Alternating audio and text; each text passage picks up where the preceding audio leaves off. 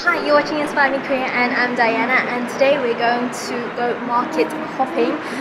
We're going to stop by a few different markets. I'm going to show you guys along the way. Right now we are going to Dongmyo market, which is like a vintage flea market, and it's open on weekdays and weekends, but just make sure to check out the times that they are open because there are set times and they do close when the sun goes down. So right now we're at Dongmyo station.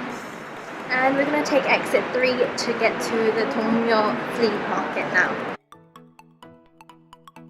So we just arrived at Dongmyo Flea Market, and you'll see a bunch of parasols behind here and a lot of stalls as well. There are so many different stalls selling different things. There are stalls selling snacks, there are stalls selling electronics, belts, glasses, CDs, shoes. I think you can find pretty much anything here. As soon as I arrived, I already bought something. I'm going to be honest about that. So I bought this shirt and I felt like it's a men's shirt, but I feel like it just looks so K-poppy. Anyway, I can't show you very well, but it was only 3,000 won. The other thing is that you need to come here if you have plenty of time because there's so many piles of clothes and you need to sift through them.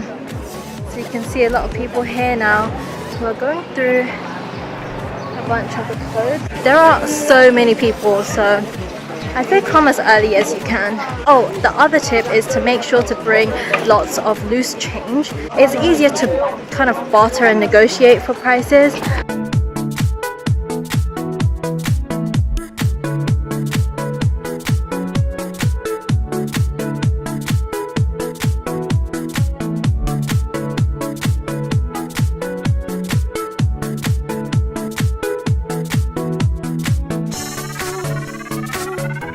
This jacket just really caught my eye. I love the bright white color and the contrast with the kind of olive green with the black. I just thought it looked really awesome, and it was on the rack, which is only 15,000 won, which is 15,000 won, which is $15. I really love it. The size is like perfectly oversized. The sleeves were a bit long, but you can literally just fold it up.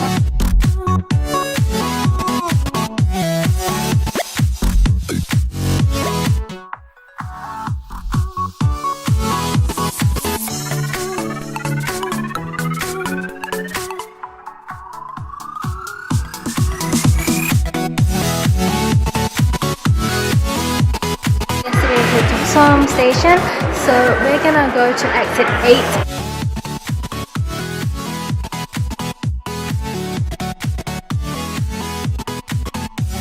So we have arrived at Understand Avenue. It's a little bit of a walk from Ttukseom station actually, so it might be easier to go to Seoul Forest station instead and get to there, but anyway, it's a little bit hidden.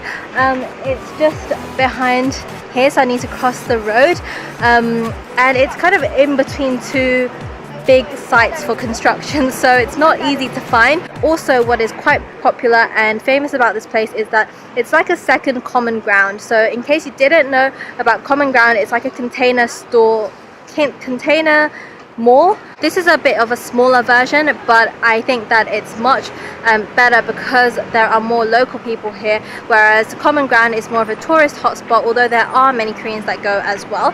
But here it's just a bit quieter and less busy, less people taking photos, and it would just be a really nice walk. Just opposite is the Seoul Forest, and there's so many sculptures in there to see. There's some little lakes, so if you wanted to have a look there, you could also do that.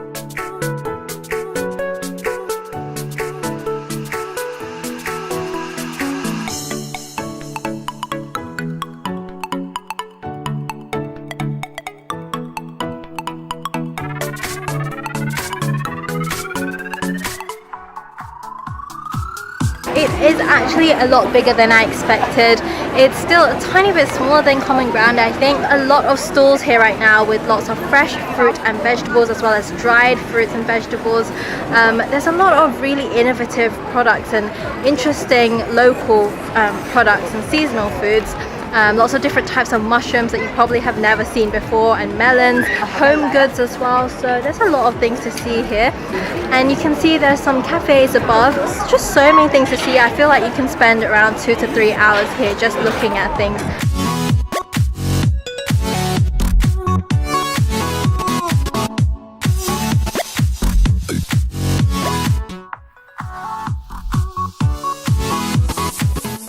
I managed to get this, which is tempeh. It's made of beans, and I think it's quite a new concept in Korea. So I really wanted to try it. It's kind of deep fried actually, so it's not super healthy. It comes with some pickled cucumbers and some barbecue sauce. You can also choose to have it spicy if you wanted to. There's so many stalls today, so it was really hard to pick what to eat, but this looks so delicious. I just ate some really delicious food, and then I just found some more food. So there's a lot of fresh vegetables, as I mentioned, and fruits as well. So I picked up these persimmons or Sharon fruits, and it's the first time for me to see these that are so unripe. It's very green, but he cut them up and they were so delicious. Guys, I'm gonna head off and go to the next marketplace. So our final destination is right here, is Ttukseom Park station. So when you get here, just go to exit 2 or 3 and you can get to this flea market. It's a huge flea market, and when you're taking the stairs down to exit, you will be able to see so many people in front of you. You also get to see a bit of the view of the Han River, so it's really beautiful.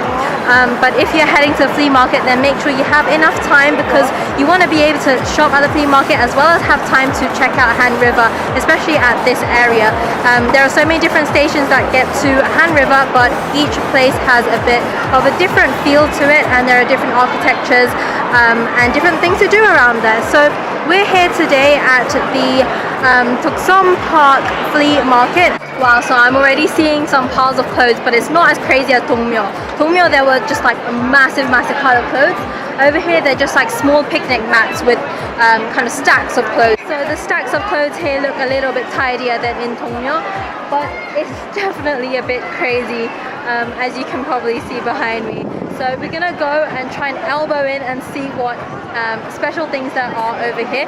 It kind of looks like the clothes are a bit less vintage and less secondhand, but a bit more kind of new styles.